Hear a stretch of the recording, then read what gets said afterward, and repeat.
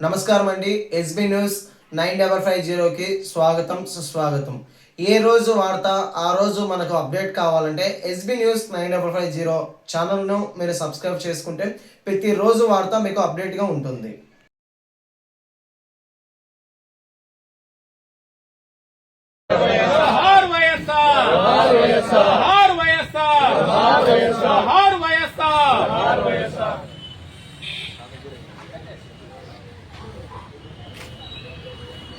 వైఎస్ఆర్ అమర్ రహే వైఎస్ఆర్ అమర్ రహే వైఎస్ఆర్ అమర్ రహే వైఎస్ఆర్ అమర్ రహే వైఎస్ఆర్ అమర్ రహే వైఎస్ఆర్ అమర్ రహే జోహార్ వైఎస్ఆర్ వైఎస్ఆర్ జోహార్ వైఎస్ఆర్ జోహార్ వైఎస్ఆర్ జోహార్ వైఎస్ఆర్ జోహార్ వైఎస్ఆర్ జోహార్ వైఎస్ఆర్ జోహార్ వైఎస్ఆర్ జోహార్ వైఎస్ఆర్ జోహార్ వైఎస్ఆర్ జోహార్ వైఎస్ఆర్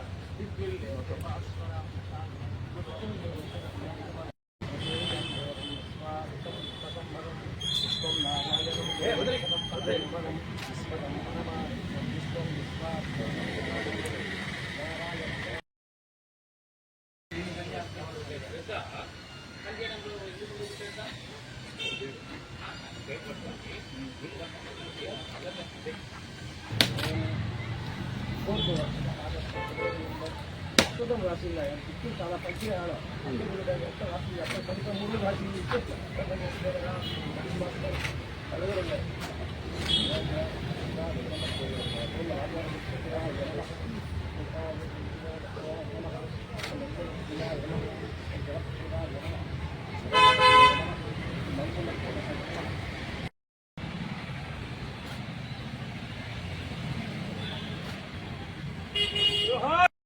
రోజు వైఎస్ఆర్సీ కార్యకర్తలతో పాటు రాష్ట్ర ప్రజలకందరికీ మర్చిపోలేని రోజు.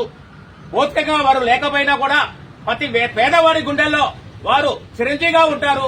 ఈ సందర్భంగా వారి 77వ జయంతి సందర్భంగా వైఎస్ అవినాష్ అన్న యూత్ మన రహీం గారు అల్పాహార వితరణ ఏర్పాటు చేయడం నిజంగా అభినందనీయము. ఈ సందర్భంగా అందరికీ కూడా వైఎస్ఆర్ వైఎస్ఆర్ వైఎస్ఆర్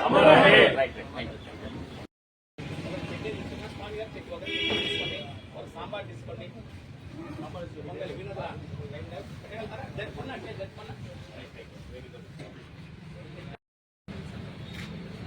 బసరాల సాంబార్ ఏంటి? సాంబార్ వచ్చేసి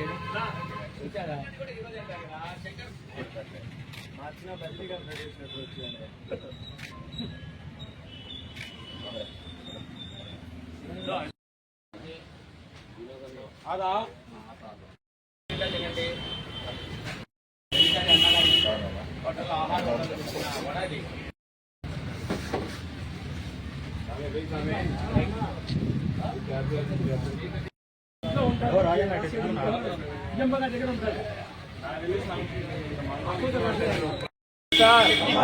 వైఎస్ఆర్ వైఎస్ఆర్ వైఎస్ఆర్ వైఎస్ఆర్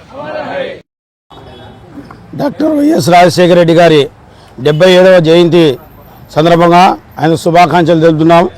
అదే కాకుండా రాష్ట్ర వ్యాప్తంగా కాకుండా దేశవ్యాప్తంగా కూడా మహానేత ఆదర్శనీయంగా అన్ని రాష్ట్రాల్లో అమలవుతున్నటువంటి ఆరోగ్యశ్రీ 108 ఫీజు రీఎంబర్స్మెంట్ ఇటువంటి పథకాలు అనేక రకాల పథకాలు తీసుకొచ్చి పేద ప్రజలకు విద్యా ఉపాధి రంగాలే కాకుండా ఆరోగ్యపరమైనటువంటి సమస్యలు తీరే విధంగా ఆయన మొట్టమొదటిగా మన రాష్ట్రంలో మొదలుపెట్టారు.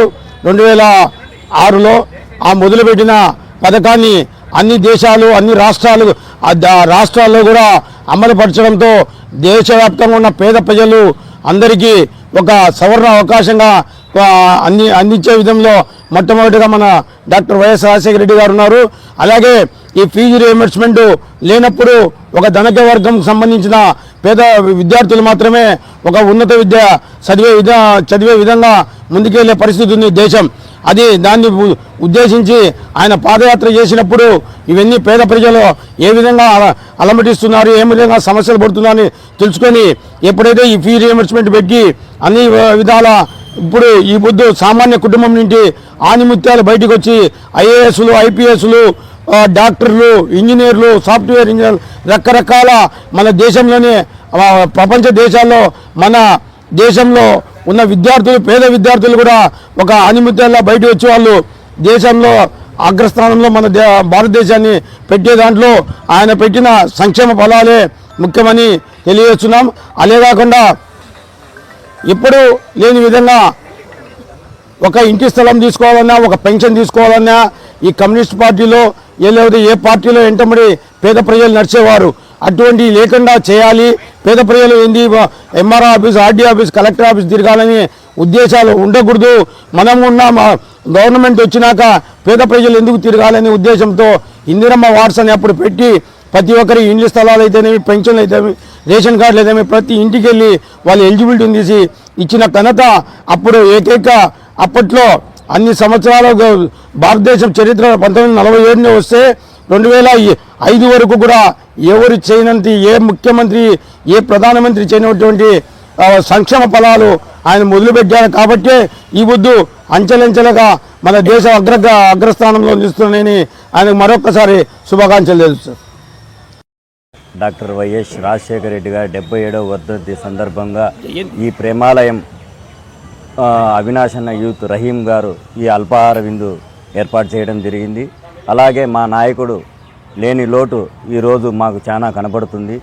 ఆ రోజు మా రాజశేఖర రెడ్డి గారు ఒక రైతు ఎలా ఉండాలా, ఒక ఉన్నత విద్య చదువుకునే ప్రతి కుటుంబంలో లక్షాధికారి ఎలా చేయాలా, ఒక బీదవాడికి ఇండ్లు లేని వాళ్ళకి ఇండ్లు ఎలా ఇవ్వాలా, ఆ హాస్పిటల్ పోయేదానికి డబ్బులు లేక ఎలా చేయాలనే ఆలోచనలతో పాదయాత్ర స్టార్ట్ చేసినప్పుడు ఇవన్నీ ఆలోచించుకుంటూ ఎలా చేయాలనే అంశం మీద రైతులకు అయితే డ్యాములు కట్టడం, తర్వాత చదువు లేని వాళ్ళకు ఇంట్లో చదువు ఉంటే ప్రతి ఒక్కడు ఉద్యోగం వస్తుంది, ఆ ఉద్యోగం ద్వారా వాళ్ళ ఇల్లాధిపతి సంతోషంగా ఉంటారని అలా చదువు, అట్లే ఆరోగ్యశ్రీ ద్వారా బీద ప్రజలకు స్టంట్ వేయడం, ఎన్ని లక్షల్లో ఎక్కడ పోయినా హాస్పిటల్ లక్షలు అయితే దీన్ని సుదీర్ఘంగా ఆలోచించి ప్రతి పేదవానికి ఎలా బతకాలా అనేది ఆలోచన చేసి ఆరోగ్యశ్రీ అనేది ఏర్పాటు చేసి ఈరోజు ప్రతి ఒక్కరూ ఇప్పటికీ అనుకోని రాష్ట్రం లేదు, దేశంలో ఎక్కడ చూసినా రాజశేఖర రెడ్డి మరోలేని మనిషి అని మేము కూడా చాలా సంతోషం, గర్వంగా ఉంది. మాకు తీరని లోటు చాలా బాధగా ఉంది. వైఎస్ఆర్కి నివాళులు అర్పించుకుంటున్నాం.